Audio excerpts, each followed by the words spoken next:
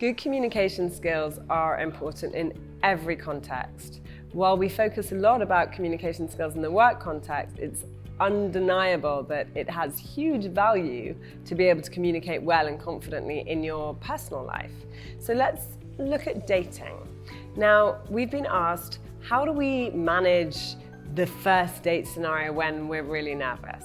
And for that, there's some simple solutions. So what we want to avoid is the nerves of overly talking and rabbiting on because you're kind of terrified and so you just talk a lot. So the first key to dealing with that, the waffling or the talking too much, is to get into the zone of listening.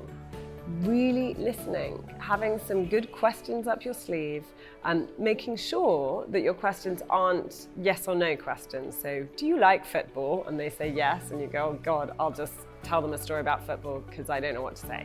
Instead, you're like, tell me about the sports you like, or what do you like to do?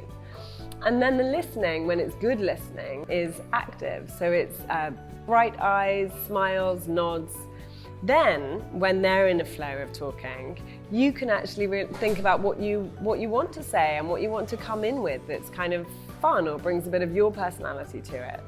And there'll be less of a pressure for you to feel like if you don't just rabbit on at them, you're going to have this deathly silence and the date's going to be awful. Because that's really what the fear is that we're sort of trying to avoid. So, first thing, have some questions up your sleeve. Make sure they're not yes or no questions. Secondly, listen, and listen well. Listen with smiles and listen with nods and bright eyes.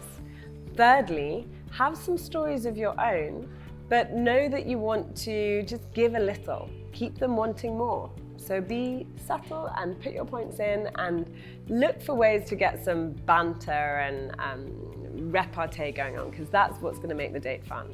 And you know what? If you don't mind a drop of alcohol, then that's always a good lubricant. So have a glass of wine. Enjoy.